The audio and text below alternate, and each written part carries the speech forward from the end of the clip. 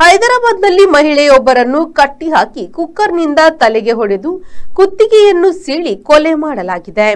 ಸಿಸಿಟಿವಿಯಲ್ಲಿ ಕಂಡ ಇಬ್ಬರನ್ನು ಪೊಲೀಸರು ಹುಡುಕುತ್ತಿದ್ದಾರೆ. ರೇಣು ಅಗರ್ವಾಲ್ ಹತ್ಯೆಯಾದವರು. ಅವರ ಶವ ಅಪಾರ್ಟ್ಮೆಂಟ್ನೊಳಗೆ ಪತ್ತೆಯಾಗಿದೆ.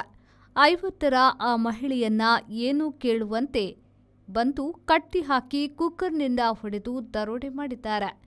ಶವರ್ನಲ್ಲಿ ಸ್ನಾನ ಮಾಡಿದ್ದಾರೆ. ಆಮೇಲೆ ಭಯಂಕರವಾಗಿ ಕುತ್ತಿಗೆಯನ್ನ ಸೀಳಿ ನೆತ್ತರ ಕಲೆಯ ಬಟ್ಟೆಯೊಡನೆ ಪರಾರಿಯಾಗಿದ್ದಾರೆ. ಹೈದರಾಬಾದ್ನ ಸೈಬರಾಬಾದ್ನ ಸ್ವಾನ್ ಲೇಕ್ ಅಪಾರ್ಟ್ಮೆಂಟ್ನಲ್ಲಿ ಮಹಿಳೆಯ ಗಂಡ ಇಲ್ಲದಾಗ ಮಗ ಕೆಲಸಕ್ಕೆ ಹೋದಾಗ ಈ ಘಟನೆ ನಡೆದಿದೆ. ಇವರು ಫ್ಲಾಟ್ನ 13ನೇ ಮಹಡಿಯಲ್ಲಿ ವಾಸಿಸುತ್ತಿದ್ರು.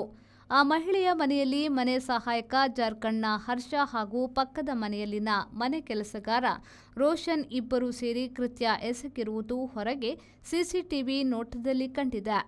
ಇಗ್ಗಾಲಿ ವಾಹನದಲ್ಲಿ ಪರಾರಿಯಾಗುವುದು ಕಂಡಿದೆ. ಪೊಲೀಸರು ಪತ್ತೆಗೆ ತಂಡ ರಚಿಸಿದ್ದಾರೆ.